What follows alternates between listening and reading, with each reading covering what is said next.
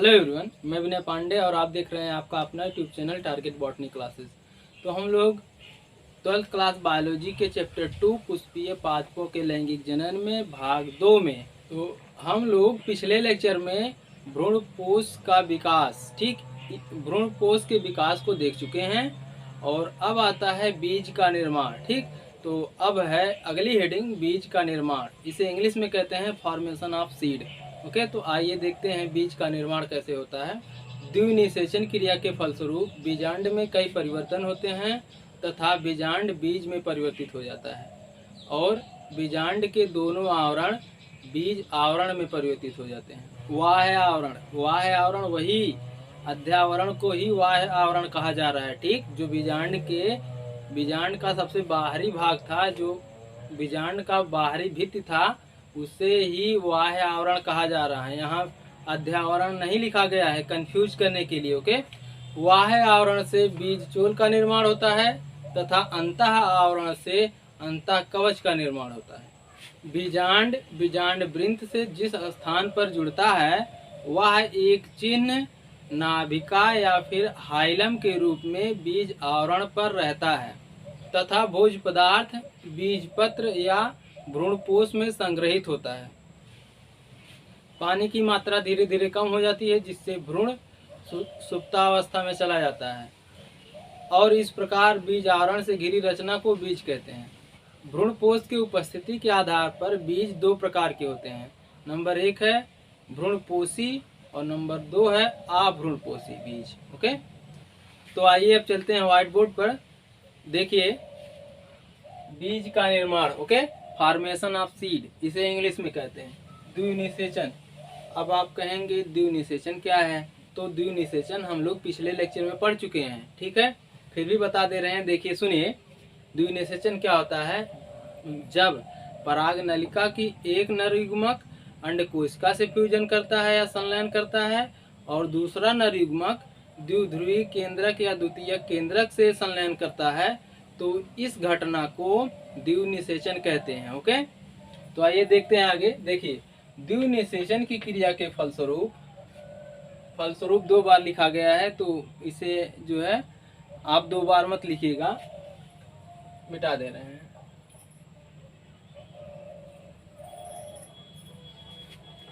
देखिए, द्विनिषेचन की क्रिया के फलस्वरूप बीजांड में कई परिवर्तन होता है। ठीक, द्विनिषेचन की क्रिया के फलस्वरूप बीजांड में कई परिवर्तन होता है जिससे बीजांड से बीज का निर्माण होता है। ओके, बीजांड के दोनों आवरण बीज आवरण का निर्माण करते हैं। बीजांड के दोनों आवरण बीज आवरण का निर्माण करते हैं। बीजांड के कौन दोनों आवरण? याद है ना, बीजांड का जो बाहरी 2 आवरण था उसे क्या कहा जाता था? अध्यावरण, या फिर इसे इंग्लिश में कहते हैं इंटेगुमेंट। ठीक, वही 2 आवरण बीज में आवरण का निर्माण करते हैं। ओके, फिर आगे देखिए, बाह्य अध्यावरण या फिर बाह्य आवरण जो होता है वह बीज चोल का निर्माण करता है। ओके, इसे इंग्लिश में कहते हैं टेस्टा।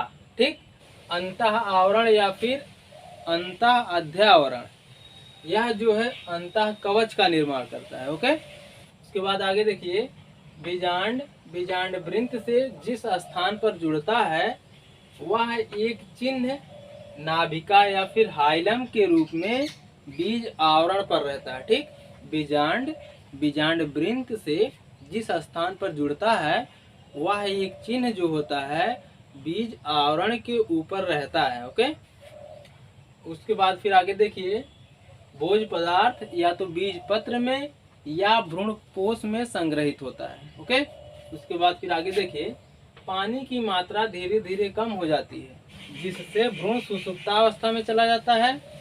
इस प्रकार बीज आवरण से घिरी रचना को बीज कहते हैं। ओके, भ्रूणपोष की उपस्थिति के आधार पर बीज 2 प्रकार के होते हैं। नंबर 1 है भ्रूणपोषी, ठीक, या फिर एल्बुमिनस या फिर एंडोस्पर्मिक। ठीक, इन तीनों नामों में से किसी नाम से एग्जाम में क्वेश्चन आ सकता है, लेकिन तीनों नामों का आंसर एक ही होगा। ओके, लेकिन नाम याद रखना, भ्रूणपोष या फिर उसे ही एल्बुमिनस कहते हैं या फिर एंडोस्पर्मिक सीड। ठीक, इन तीनों नामों में से किसी भी नाम से क्वेश्चन आ जाए तो एक ही आंसर देना है। ओके, तो आइए इसमें आंसर को देखते हैं। देखिए, कुछ पादपों में भ्रूणपोष बीजों के अंकुरण के समय तक उपस्थित रहते हैं। कुछ पादपों में भ्रूणपोष बीजों के अंकुरण होने के समय तक उपस्थित रहते हैं। इनमें भोजन भ्रूणपोष में संचित होता है तथा बीज पत्र पतले होते हैं। इन बीजों को भ्रूणपोषी बीज कहते हैं। ओके, और इसका एग्जाम्पल देख लीजिए, अरंडी, गेहूं, मक्का, सूरजमुखी आदि।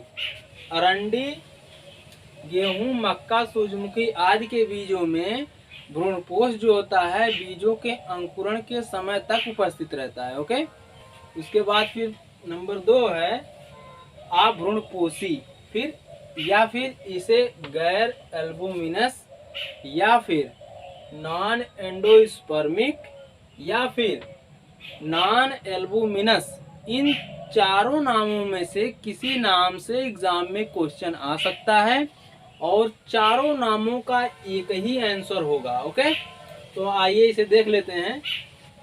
देखिए, कुछ पादपों में भ्रूणपोष भ्रूण परिवर्धन के समय पूर्ण रूप से उपयोग हो जाता है। इन बीजों के बीज पत्र भोजन एकत्र रहने के कारण मोटे होते हैं। इन्हें अभ्रूणपोषी या फिर नॉन एंडोस्पर्मिक या फिर गैर एल्बुमिनस या फिर नॉन एल्बुमिनस बीज कहते हैं। ओके, इसे याद रखना। और इसका एग्जाम्पल है चना, सेम, मटर, मूंगफली आदि। चना, सेम, मटर, मूंगफली आदि के बीजों में भोजन जो होता है बीज पत्र में संग्रहित होता है। ओके, देखिए नंबर 1 भ्रूणपोषी या एल्बुमिनस बीज में क्या होता है। एल्बुमिनस बीज में या फिर भ्रूणपोषी बीज में भोजन जो होता है भ्रूणपोष में संग्रहित होता है, इसलिए उनका बीज पत्र जो होता है पतला होता है। ओके, अभ्रूणपोषी या गैर एल्बुमिनस बीज में भोज पदार्थ जो होता है वह बीज पत्र में संग्रहित होता है, इसलिए इनमें जो है बीज पत्र मोटे होते हैं और इसमें बीज पत्र पतले होते हैं। और यह बीज का निर्माण जो होता है आवृत बीजी पादपों में या लैंगिक जनन का अंतिम परिणाम होता है। ओके, और अब अगली हेडिंग है बीजों का प्रकीर्णन। इसे इंग्लिश में कहते हैं डिस्पर्सल। ओके, इसमें क्या होता है कि प्रकीर्णन का मतलब होता है कि बीजों को एक स्थान से दूसरे स्थान तक पहुंचाना। ठीक, बीजों का एक स्थान से दूसरे स्थान तक पहुंचना प्रकीर्णन कहलाता है। ओके, तो आइए देखते हैं। देखिए, बीजों में प्रकीर्णन निम्नलिखित 3 प्रकार से होते हैं। ठीक, नंबर 1 है वायु द्वारा प्रकीर्णन, यानी हवा द्वारा बीज का एक स्थान से दूसरे स्थान तक पहुंचाना या फिर भेजना। ठीक, वायु द्वारा प्रकीर्णन में नंबर ए है सूक्ष्म एवं हल्के बीज।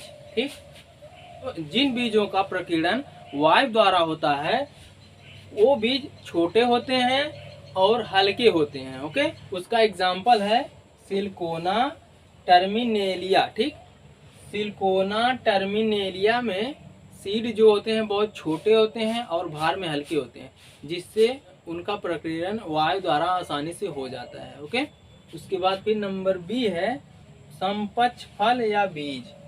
ओके, इसमें क्या होता है फल या बीज को हल्का करने के लिए भित्तियां या फिर पुष्प के अंग फैलकर चपटे पंख के समान संरचना बना लेते हैं, जिससे बीज का वायु द्वारा आसानी से प्रकीर्णन हो सके। ठीक, तो समपक्ष फल एवं बीज का एग्जाम्पल है पाइनस, मोरिंगा, साल, असर, मधुलता आदि। और नंबर सी है पैरासूट। ठीक, पैरासूट में क्या होता है कुछ फलों और बीजों का उपांग जो होता है पैरासूट के रूप में विकसित हो जाता है, इससे उसमें वायु प्रकीर्णन आसानी से होता है। ओके, तो इस पैरासूट में एग्जाम्पल देख लीजिए डेंडिलियन, मदार, एल्स्टोनिया, आर्किड, कैलेंडुला आदि। ठीक, इस प्रकार के बीजों में उनके बीजों के ऊपर जो होता है पैरासूट के समान उपांग विकसित हो जाता है। ओके, जिससे उनका प्रकीर्णन वायु द्वारा आसानी से हो जाता है। ठीक, पैराशूट के समान समझ रहे हैं ना। देखिए, जैसे मान लीजिए यह एक सीड है। ठीक, सीड के चारों तरफ ऐसे उपांग उभार आ जाएंगे, ऐसे ऐसे करके। ठीक, जो उस बीज को हल्का बनाते हैं। ठीक, जिससे उनका प्रकीर्णन आसानी से हो जाता है। उसके बाद फिर देखिए आगे नंबर डी है संवेदन। संवेदन जैसी संरचना हंसलता, एंटीराइनम आदि में पाया जाता है। ठीक, उसके द्वारा प्रकीर्णन होता है। उसके बाद देखिए नंबर ई है बेलनी, जैसे पीली कटेली, साल, 16, चौलाई आदि में होता है। ओके, अगली हेडिंग है नंबर 2, जल द्वारा। ठीक, जल द्वारा प्रकीर्णन जो होता है कुमुदनी, नारियल आदि में होता है। ओके, और विस्फोटक द्वारा प्रकीर्णन एंटेड्रा, इक्वेलियम, रूएलिया, अरंड, जीरेनियम, गुलमेहदी आदि में होता है। ओके, इसमें जो होता है विस्फोटक का मतलब जैसे फल रहेगा, फल जो होता है फट जाएगा और सीड जो होते हैं बाहर छिटक जाएंगे। ओके, नंबर 4 है जंतुओं द्वारा प्रकीर्णन। तो इसमें क्या होता है, चार, कौटा, लट, जीरा, गोखरू और हाविया आदि। ठीक होता है, इन सब बीजों में जंतुओं द्वारा प्रकीर्णन होता है। ओके, जिन बीजों का प्रकीर्णन जंतुओं द्वारा होता है उन बीजों का आकार जो है कुछ अलग होता है। जैसे उन बीजों के ऊपर रोम युक्त उपांग पाए जाएंगे, और कुछ बीजों में जो हुक लाइक संरचना होती है, जिससे जंतुओं के शरीर में फंस जाते हैं और दूसरी जगह जाके रिलीज हो जाते हैं या फिर प्रकीर्णित हो जाते हैं। ओके।